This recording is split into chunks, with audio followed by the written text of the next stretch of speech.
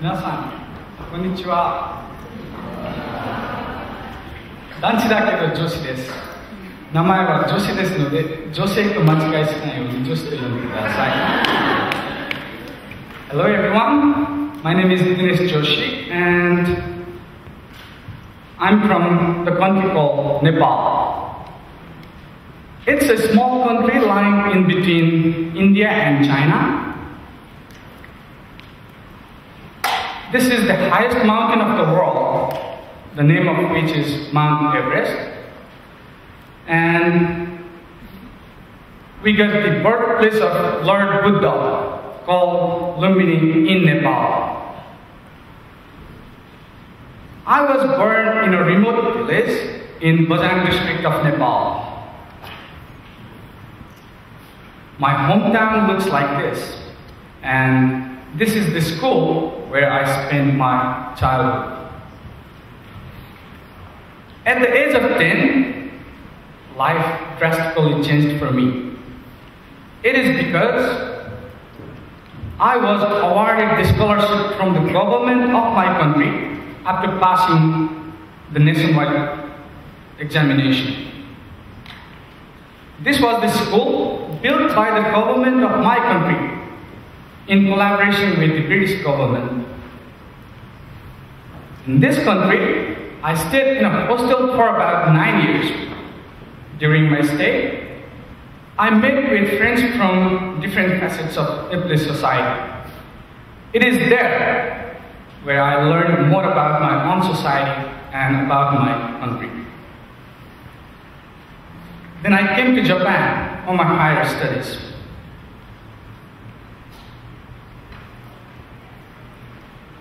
Well, this has been my own story. The reality in Nepal is very different. The number of youth leaving the country is increasing every year. They go to work in countries of Middle East.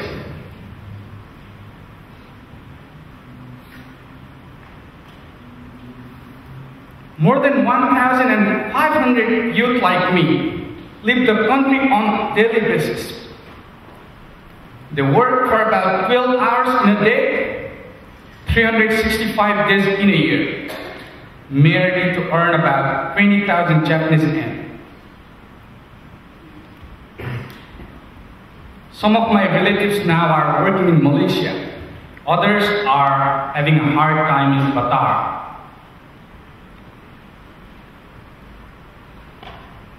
You might have gone through this news.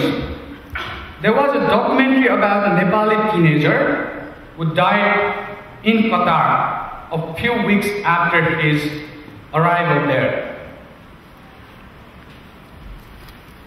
This is just a representative case, and this has been happening to the Nepalese youths overseas. How do you feel when you get to hear about this kind of news almost every day and in different media sources? I thought I need to do something, at least for my society. With the like-minded friends,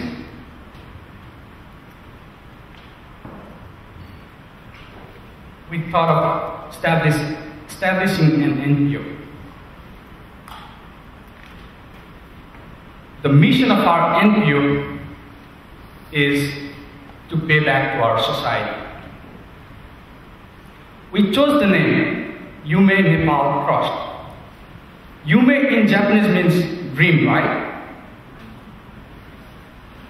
Yeah, this is an NPO which carries our dreams to change our societies through the means of education one day.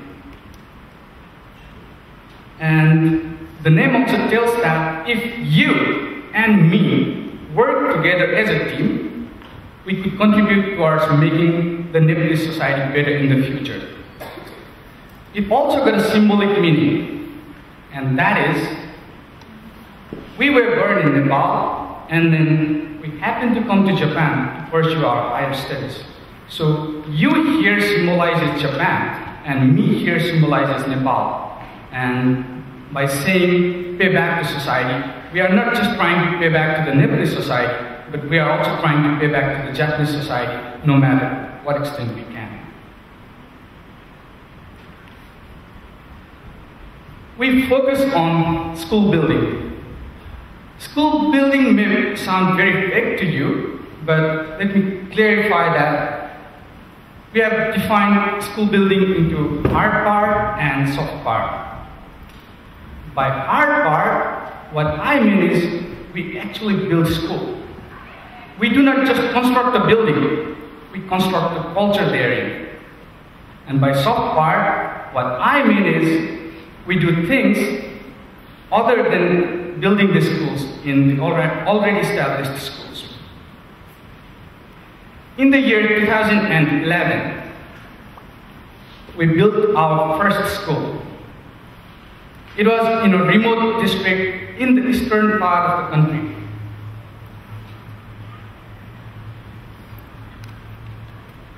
At that time, we had 1 teacher and 21 students.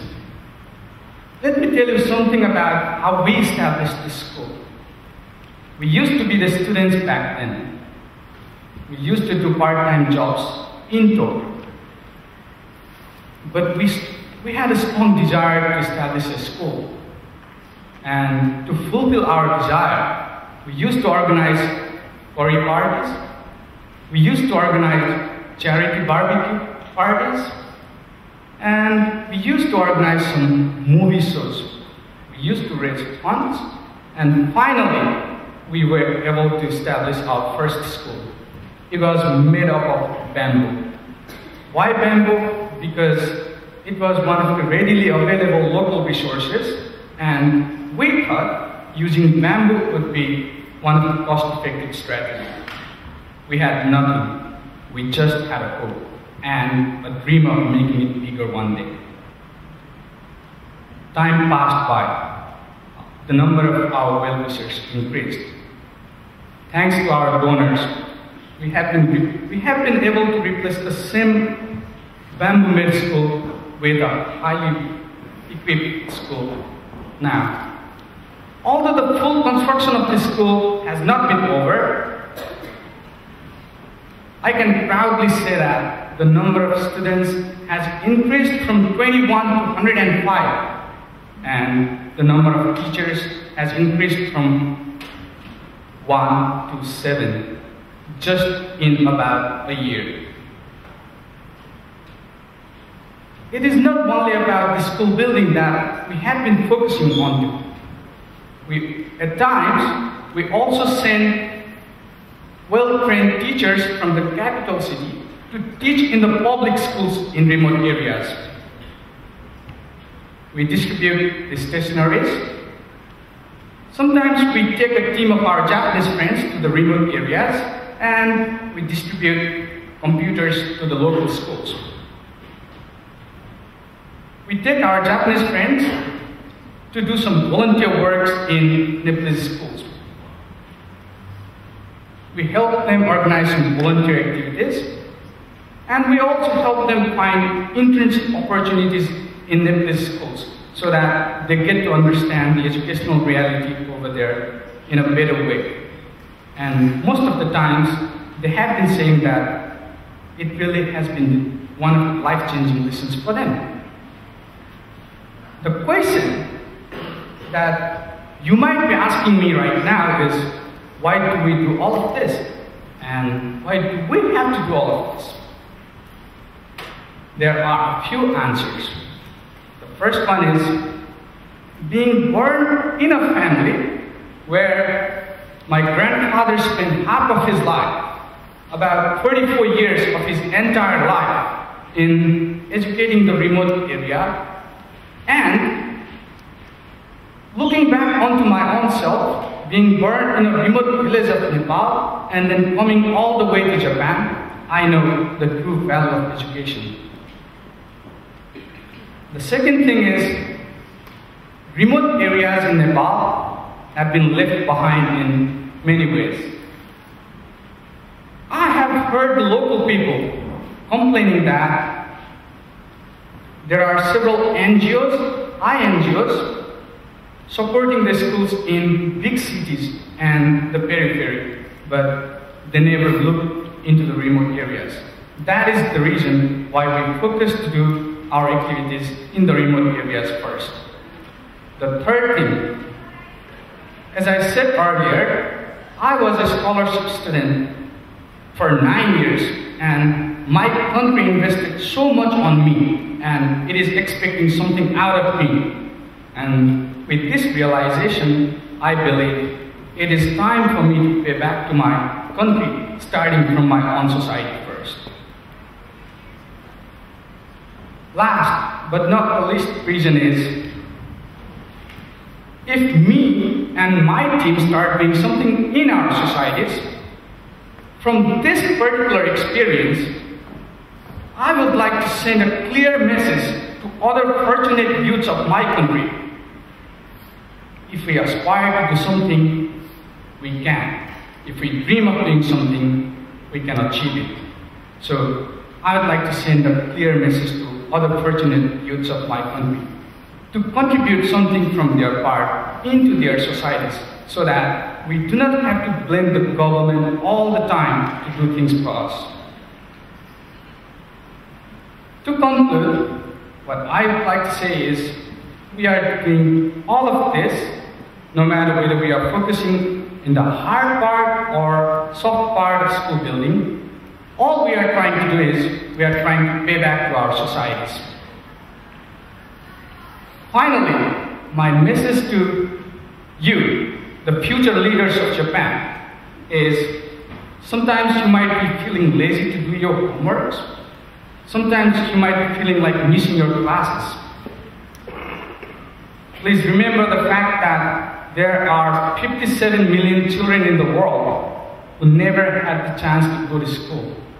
And 123 million children in the world from the age of 15 to 24, most of them of your age, who lack basic reading and writing skills. So, when you lose your hopes, think about the children. There are so many Nakamura-san and so many Tanaka-san waiting for your help. And your small contribution